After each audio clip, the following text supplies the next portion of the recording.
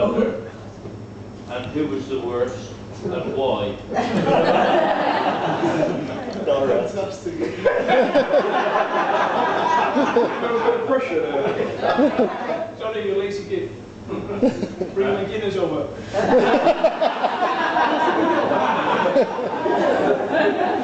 Don't change the subject, Herman. Answer the question.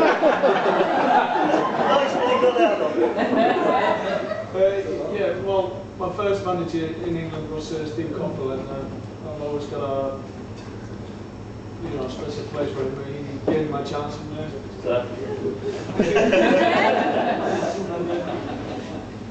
The worst manager, it's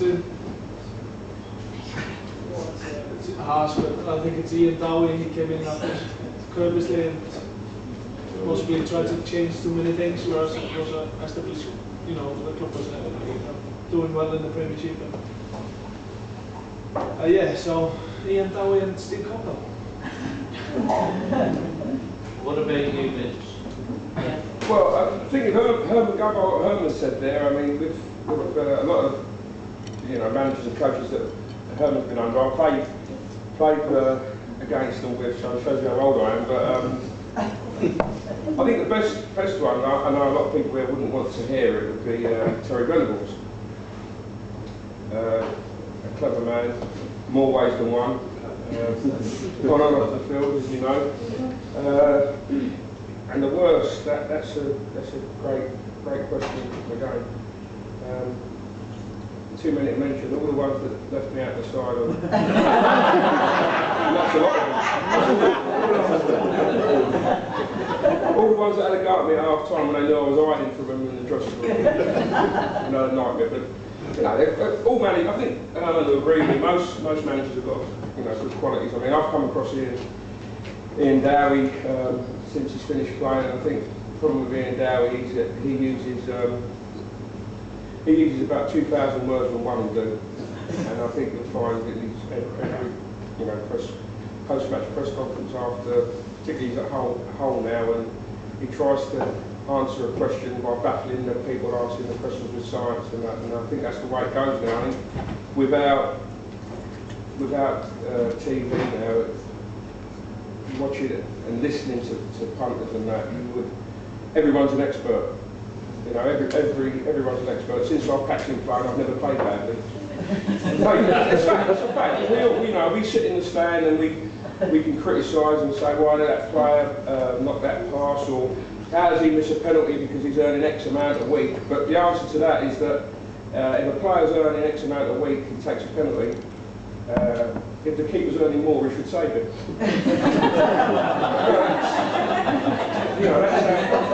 That's how illogical a lot of the stuff you hear on the TV, and I'm just going round and round in circles because I don't want to sound really Next question. What about Gourley? Alan Ball's a good manager. One of the few people that has been involved with this club that I'd like to think that most people surrounded with Portsmouth, particularly his connections down the road, would accept as a Portsmouth man. He loved it down there, and he's sadly not with us anymore, but a very passionate man, and football's all the worse without someone like that in the game. Vince, do you think the game's changed a lot from your day? I mean, do you think the good players from when your time would still do well in the Premier now, or do you think it's... I would say, there's not many... The game's a lot... Players are a lot fitter, a lot quicker now than when I played. Whether it's as physical, I don't know. I mean, I think Herman would probably not end up with any points at the end of the season if he'd played in my day, because tackling would be acceptable. I'm sure Herman would like to have played then. I mean, the thing is, if I played against... Nowadays, if I played against Herman, if Herman was playing left back, for example, and I was playing on the right wing, in my day, as soon as Herman kicked me, I could turn around to the manager and say, well, I've tried the other side, play against the other fullback, because that's what it was like. But because everything's so regimental now, and you've got your role in the team, I would never be able to swap wings. So therefore, come half time, I'd be taken off.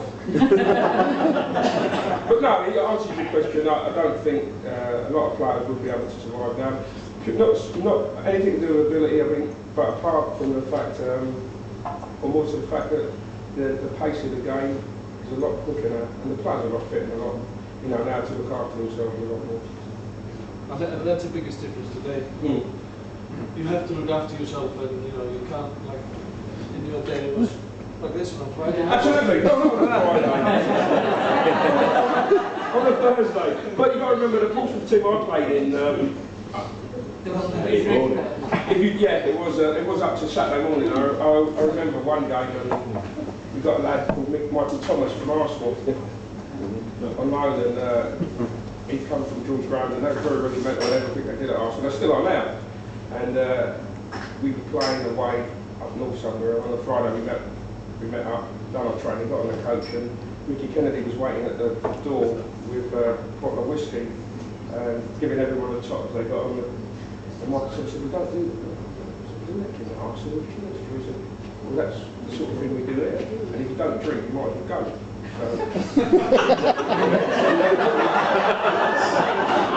And that's why I'm still down there.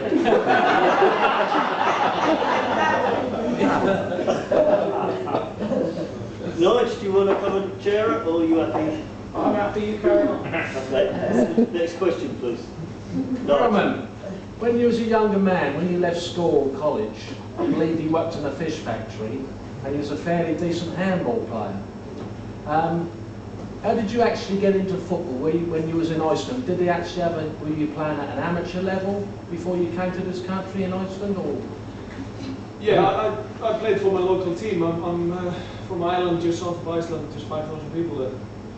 And the football season is only about 4 or 5 months, from May to July, August, to September. So I used to play handball till I was 19 during the winter months. Yeah. And yeah, so I never really, you know, up till when I was about 20, I played my first game 19 or 20 for the first team, which is the top league in Iceland. And I never felt that I just enjoyed playing football. I never thought about being a professional or anything like that. You never thought about coming to England at all, didn't you? It was a distant dream. I thought, you know, I'm nowhere near that standard. But then, so, you know, a late developer. Got, you know, I was about 5'1" when I was about 17. So, you know, when I got a little bit bigger and stronger and quicker, then... You always seemed quite a big guy to me, you know what I mean? You was never always that size, then, or? Sorry? You was quite underweight or small when you was young then? Yeah, I was always the smallest in the class. That's why I keep beating up people now.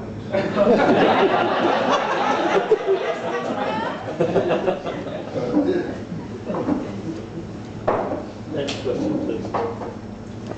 Do you think you'll stay in football when you finish, or will you stay in this country, go back to Iceland? Yeah, I'd like to stay here, to be honest with you. You know, stay in football and finish my coaching classes and give that a go. I might be absolutely useless at it, or not even enjoy it, but I'm going to give it a good go and do all my qualifications. And you know, when you've been in football for such a long time, you just want to stay around and try to pass on your knowledge. And if you can do that in a decent way, you've got a chance. What is the forecast with your injury? I mean, not being rude, but your age is against you for for a long. Are you trying to say?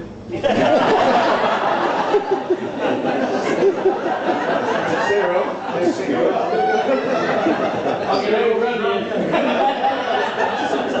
Taxi for zero. Now you fly out the door.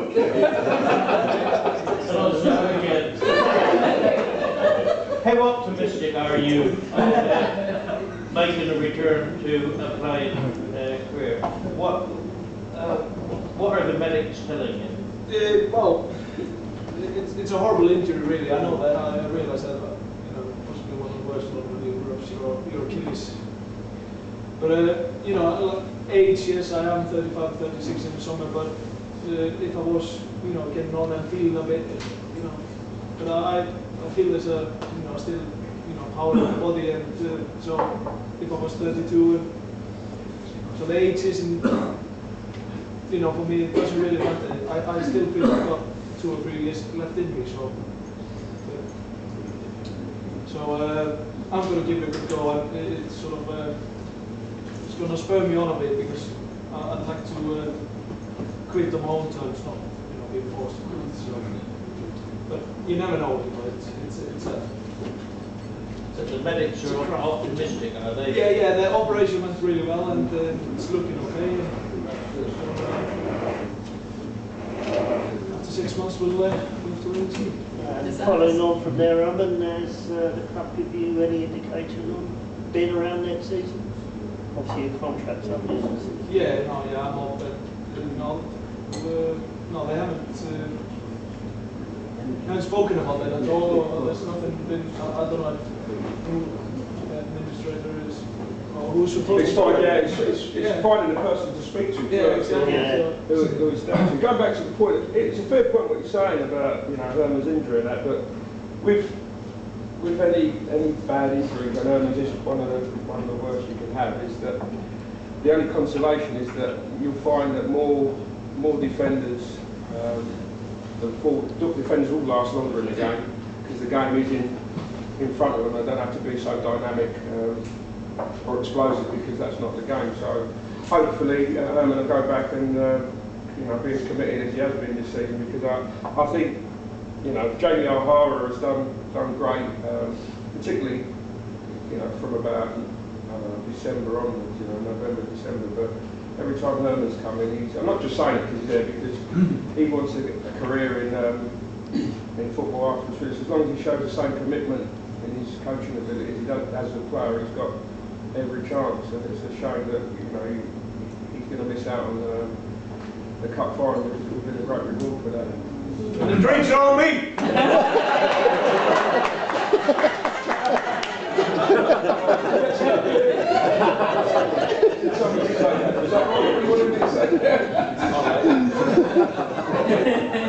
As we couldn't manage the full 7 on the bench, there's no reason why, if we're in the same situation for the cup final, there's no reason why Herman couldn't be on the bench with his sticks. correct. No disrespect to the king. I reckon his warm-up would be a lot quicker.